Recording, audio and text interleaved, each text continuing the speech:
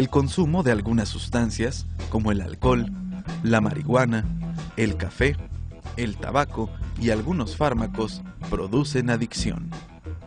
Pues al entrar en nuestro organismo, provocan reacciones estimulantes o depresivas, ya que alteran el funcionamiento del sistema nervioso central e incluso nuestro comportamiento.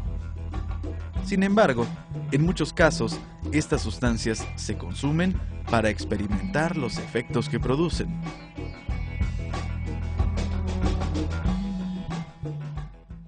Por necesidad, para aguantar lo que es las desveladas. El cigarro pues a veces nos tranquiliza un poco.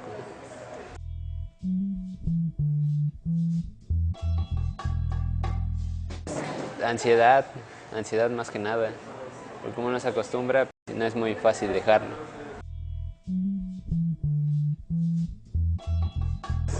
Daña los pulmones, al aparato respiratorio, que es el cáncer pulmonar, el enfisema pulmonar, ese tipo de cosas. El tabaquismo es la adicción al tabaco provocada principalmente por uno de sus componentes activos, la nicotina. La acción de dicha sustancia acaba condicionando el abuso de su consumo. El tabaco es una planta originaria del continente americano. Los indígenas del Caribe y los mayas lo usaban para celebraciones rituales y religiosas. Fumaban, inhalaban o masticaban las hojas secas de tabaco, pues al parecer le atribuían propiedades medicinales.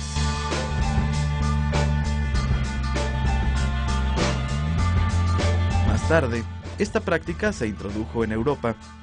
En Francia fue difundida por el diplomático Jean Nicot, de donde proviene el nombre genérico de nicotina. En el humo que se desprende de la combustión del tabaco existen miles de sustancias, pero destacan 3 gases tóxicos que son el monóxido de carbono, el cianuro y la nicotina, que da al tabaco su olor característico.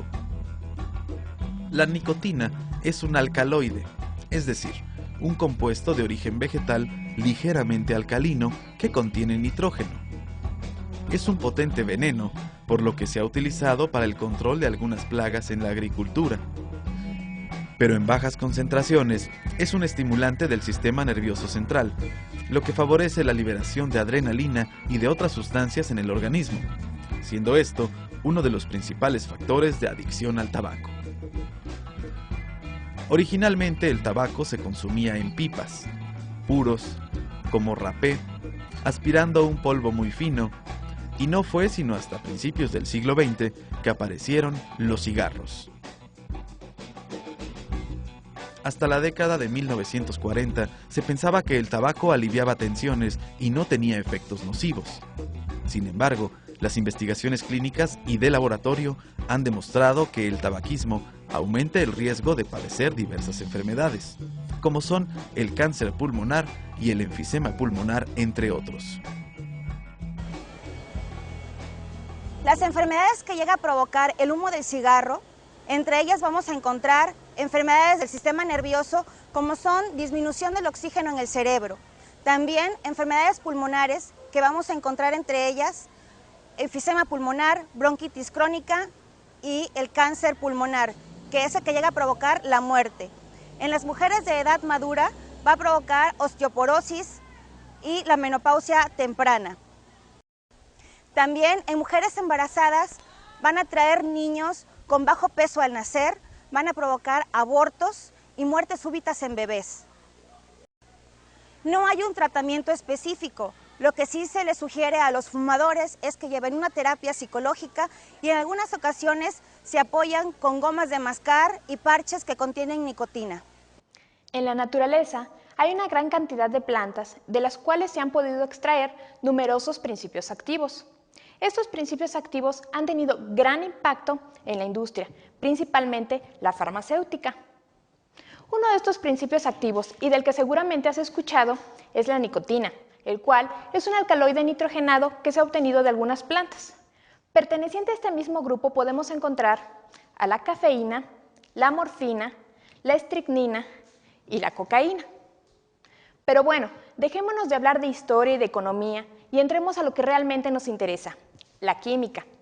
¿Sabías tú que con ayuda de tu tabla periódica y una fórmula química de un compuesto dado, podemos obtener la masa molar del compuesto y la fracción porcentual de cada uno de sus componentes? ¿Qué te parece si vamos a aprender cómo es esto utilizando como ejemplo a la nicotina? Acompáñame.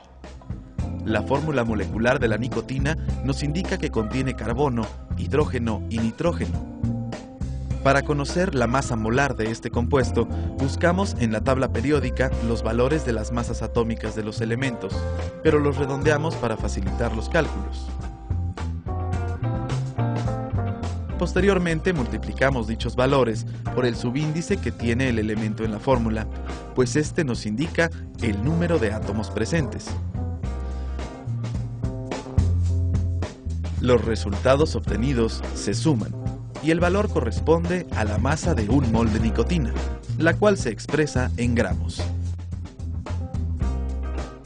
Es decir, 1 mol de nicotina equivale a 162 gramos. Ya vimos que con simples operaciones matemáticas pudimos obtener la masa molar de un compuesto. Ahora, ¿qué te parece si aprendemos cómo sacar la fracción porcentual de cada uno de los elementos que lo integran en 1 mol de la sustancia? Veamos cómo lo hacemos.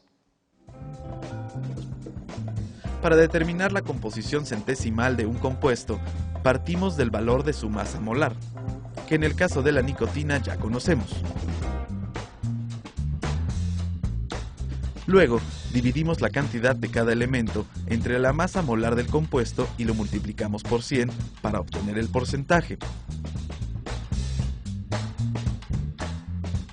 Los valores obtenidos corresponden al porcentaje de cada elemento, presente en 1 mol del compuesto. Como puedes observar, la suma de los porcentajes obtenidos siempre debe ser 100% o una cantidad muy próxima. Desde que se confirmó que fumar representa un riesgo importante para la salud, se han tomado diversas medidas para que la gente no lo haga, pero parece que se les da poca importancia. Muchas personas dicen que les gustaría dejar de fumar, pero no pueden.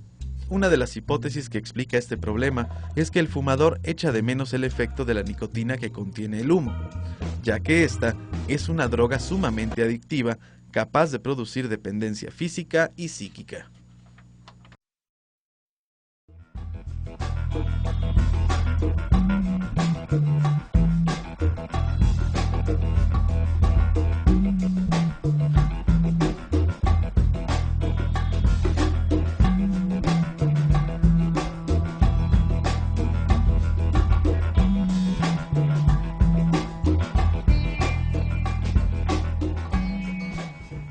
La cafeína es otro alcaloide. Contrario a la creencia popular, esta sustancia no solo se encuentra en el café, pues muchos otros productos la contienen, por lo que su consumo es muy común. La cafeína actúa en distintos niveles en todo el organismo. La dosis que habitualmente se consume, de 2 a 4 tazas diarias, estimula las funciones psíquicas, facilitando el esfuerzo intelectual, la asociación de ideas y la atención. En el nivel del sistema cardiovascular, actúa estimulando el corazón y aumenta la presión arterial en forma transitoria. Estimula también la secreción de saliva y de los jugos gástricos, por lo que favorece la digestión. Pero si se abusa de su consumo, puede dañar la mucosa gástrica. Debido a sus propiedades, se utiliza en el tratamiento de la migraña. Asimismo, potencializa el efecto de algunos analgésicos y puede aliviar parcialmente problemas respiratorios, ya que produce broncodilatación. Aunque se ha sugerido la posibilidad de que la cafeína pueda producir algún tipo de cáncer o de malformaciones congénitas, no se ha demostrado hasta la fecha. Pero lo mejor es no abusar de su consumo. Anteriormente vimos cómo a partir de la fórmula de un compuesto podíamos obtener la masa molar y su fracción porcentual. Pero no siempre contamos con esta información. Es más, en algunas ocasiones solo tenemos la masa molar y las fracciones porcentuales. ¿Cómo podemos obtener la fórmula condensada de un compuesto? ¿Qué te parece si ahora vamos a ver cómo se hace? Pero para esto utilizaremos a la cafeína. Acompáñame. Al analizar una muestra de cafeína, se determinó que ésta contiene carbono, hidrógeno, nitrógeno y oxígeno.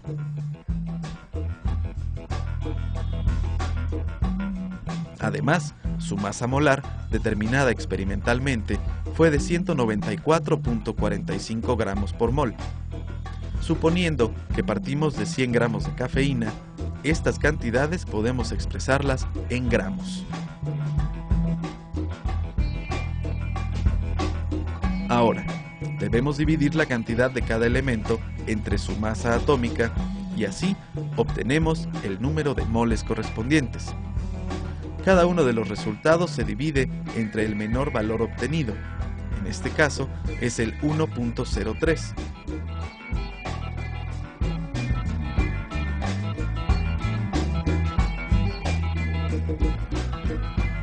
Los valores obtenidos indican el número de átomos presentes en la fórmula, es decir, son los subíndices de la fórmula. Esta fórmula se denomina fórmula empírica o mínima, pues indica la menor porción en la que pueden combinarse los elementos. Para obtener la fórmula molecular del compuesto es necesario obtener la masa molar de la fórmula mínima.